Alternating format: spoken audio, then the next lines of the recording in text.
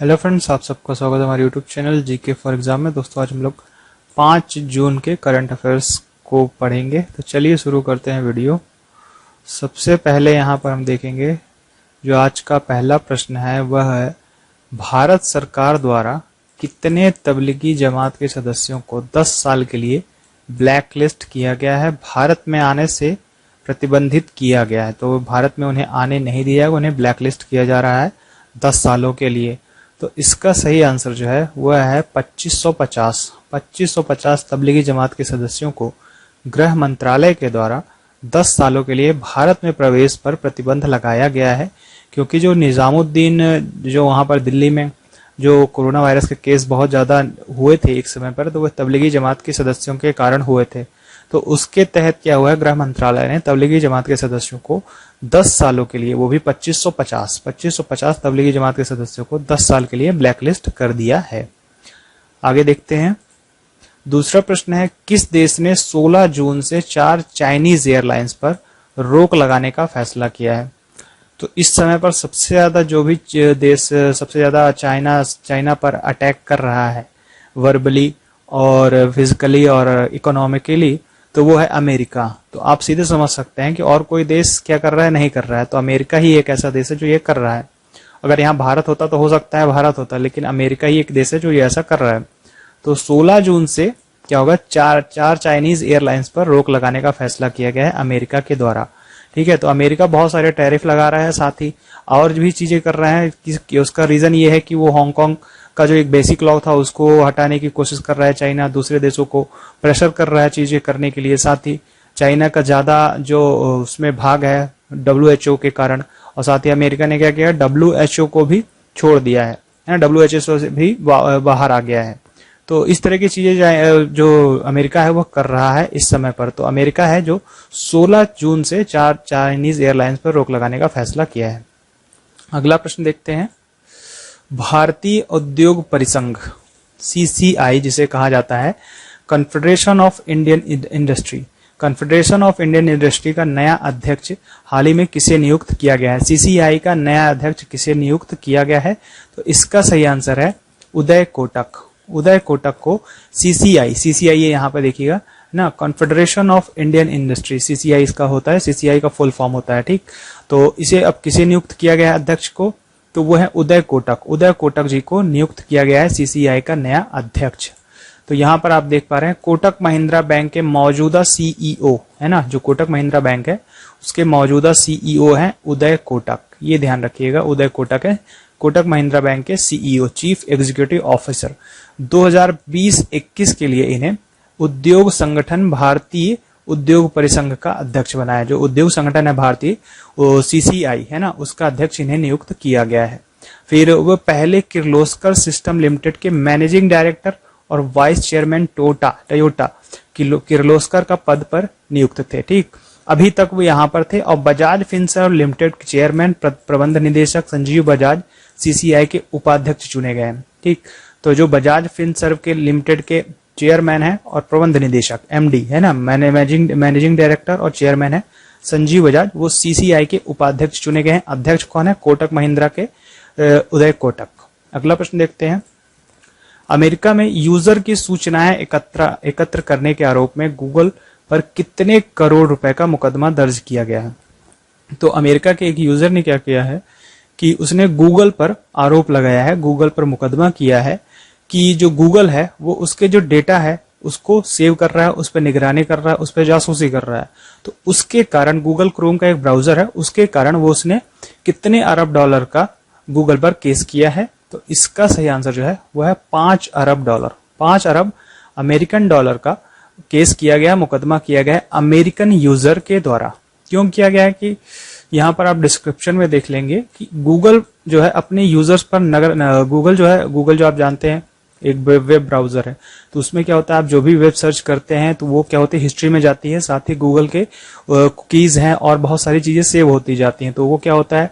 और साथ ही गूगल क्या करता है, गूगल क्रोम का ब्राउजर क्या है, वो एक्टिविटी ट्रैक कर रहा है बहुत ज्यादा लोगों की।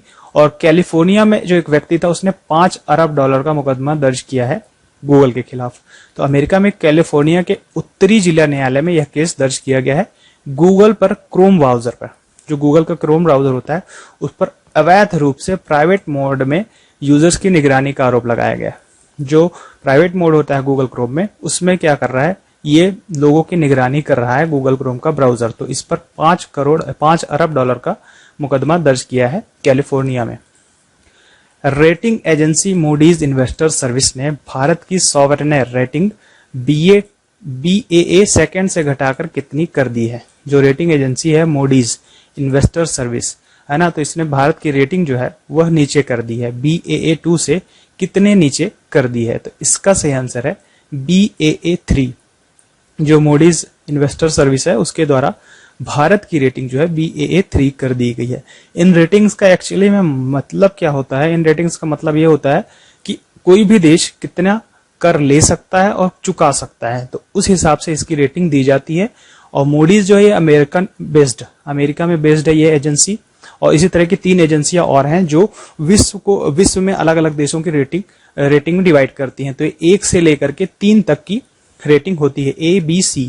तो जो हाईएस्ट रेटिंग होती है वो AAA की होती है, तो और फिर उसके बाद B की होती है, फिर उसके बाद C की होगी। तो जो भारत है BAA2 से जो है BAA3 में चला गया है। ठीक, तो जो मूडीज है उसकी स्थापना की थी जॉन मूडी ने 1909 में अमेरिका में। इसका जो बेस है यह अमेरिका में स्थित है। तो ये अमेरिका की 3 टॉप एजेंसियां हैं, एक है मूडीज, एक है फिच और एक और है S&P करके। तो ये 3 रेटिंग एजेंसियां हैं जो विश्व को रेटिंग करती हैं, उनको कर लेने और उनको चुकता करने में उनकी रेटिंग दी जाती है। अगला प्रश्न देखते हैं, कुवैत में भारत का नया राजदूत किसे नियुक्त किया गया है? कुवैत जो है वहां पर भारत का नया राजदूत किसे नियुक्त किया है? तो इसका सही आंसर है CB जॉर्ज को कुवैत में भारत का नया राजदूत नियुक्त किया गया है। कुवैत की राजधानी क्या है? आप कमेंट बॉक्स में लिख करके जरूर बताइए कुवैत की राजधानी क्या है और वहां की मुद्रा कौन सी यूज की जाती है। यहाँ पर आप देख पा रहे हैं 1983 की IFS अधिकारी हैं CB George. IFS Indian foreign services की अधिकारी हैं। तो कुवैत में भारत की अगली राजदूत के रूप में इन्हें नियुक्त किया गया। वर्तमान में कहाँ की है? स्विट्जरलैंड। वर्तमान में थी वह स्विट्जरलैंड की, भारत में राजदूत के रूप में थी। ठीक, स्विट्जरलैंड में भारत की राजदूत के रूप में कर रही थी। CB जॉर्ज कुवैत में भारत के वर्तमान राजदूत जीवा सागर का स्थान लेंगी और जीवा सागर जनवरी 2018 से कुवैत में भारत के राजदूत का पद पर थे और अभी तक थे। तो अब जो है CB जॉर्ज होंगी कुवैत में भारत की राजदूत। अगला प्रश्न है, किस राज्य सरकार ने कॉन्टैक्ट ट्रेसिंग सुविधा हेतु सैलून, ब्यूटी पार्लर जैसी सुविधाओं के लिए आधार कार्ड को अनिवार्य किया है? तो किस राज्य के द्वारा ऐसा किया गया है? तो इसका सही आंसर है तमिलनाडु के द्वारा ऐसा किया गया है। जो क्या करेंगे, कॉन्टैक्ट ट्रेसिंग करने के लिए, है ना, सैलून है, ब्यूटी पार्लर, इन जगहों पर आधार कार्ड को अनिवार्य किया है, जिससे क्या होगा, लोगों को ट्रेसिंग की जा सकेगी और कोरोना को कवर करने के लिए और उसको देखरेख और लोगों की जानकारी रखने के लिए आधार कार्ड को कंपलसरी कर दिया गया है तमिलनाडु में। अगला प्रश्न देखते हैं, किस राज्य ने कोविड-19 के प्रति जागरूकता फैलाने के लिए मिशन फतेह अभियान शुरू किया है? तो किस राज्य के द्वारा यह किया गया है? तो इसका सही आंसर है पंजाब राज्य के द्वारा किया गया है। मिशन फतेह नामक अभियान को शुरू किया गया है पंजाब सरकार द्वारा कोविड-19, है ना, कोविड-19 के प्रति जागरूकता फैलाने के लिए किया गया है ऐसा। तो पंजाब के मुख्यमंत्री हैं कैप्टन अमरिंदर सिंह। ठीक, तो कोरोना के खिलाफ राज्य की लड़ाई के हिस्से के तौर पर इस मिशन फतेह अभियान को लॉन्च किया गया है। इस अभियान का मकसद है लोगों को मनोबल बढ़ाना, है ना, लोगों को मोटिवेट करना और महामारी जो है इसके प्रति जागरूक कराना।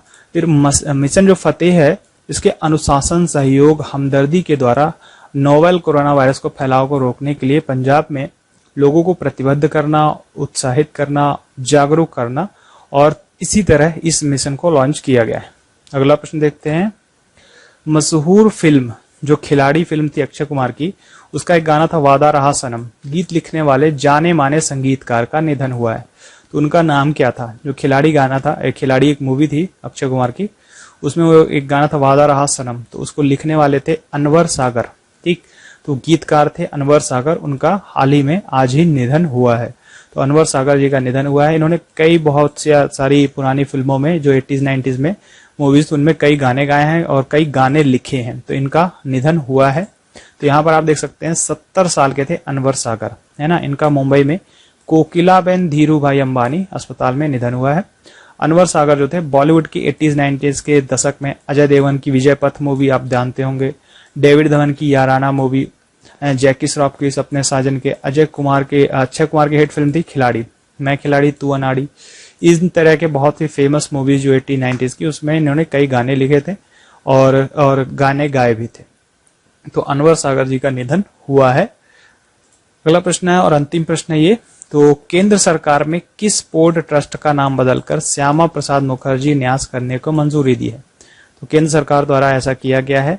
तो कौन से पोर्ट ट्रस्ट का नाम श्यामा प्रसाद मुखर्जी न्यास करने को मंजूरी दे दी गई है? तो इसका सही आंसर है कोलकाता पोर्ट ट्रस्ट।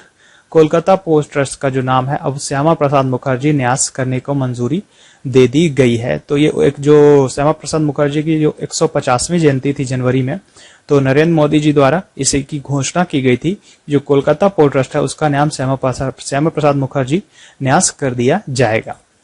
ठीक है, 150वीं जयंती पर ऐसा किया गया था। तो 12 जनवरी 2020 को ऐसा किया गया था। कोलकाता बंदरगाह का नाम जनसंघ के संस्थापक थे, है ना, जनसंघ जो है उसके संस्थापक थे श्यामा प्रसाद मुखर्जी के नाम पर करने की घोषणा कर दी गई थी उसी समय। तो प्रधानमंत्री मोदी जी ने, मुखर्जी बंगाल के थे और औद्योगिकरण के अग्रदूत में से एक थे, तो ऐसा क्या किया जा रहा है कि बंदरगाह का नाम श्यामा प्रसाद मुखर्जी के नाम पर कर दिया जाएगा और ऐसा मंजूरी भी दे दी गई है। तो कोलकाता बंदरगाह जो है, बंदरगाह होने के साथ साथ नदी के किनारे स्थित जो कोलकाता बंदरगाह है वह नदी के किनारे स्थित देश का पहला बंदरगाह है। कोलकाता पोर्ट की गिनती देश के सबसे बड़े बंदरगाहों में होती है। अच्छा, एक प्रश्न आप कमेंट बॉक्स में लिख करके इसका आंसर बताइए, भारत में टोटल कृत्रिम और नेचुरल दोनों टोटल मिलाकर कितने बंदरगाह स्थित हैं? तो ये वीडियो यहीं खत्म करते हैं। वीडियो आपको कैसा लगा कमेंट बॉक्स में लिखकर बताइएगा। साथ ही किसी क्वेश्चन पे डाउट हो तो हमें जरूर बताइएगा। वीडियो यहीं खत्म करते हैं। जय हिंद, जय भारत।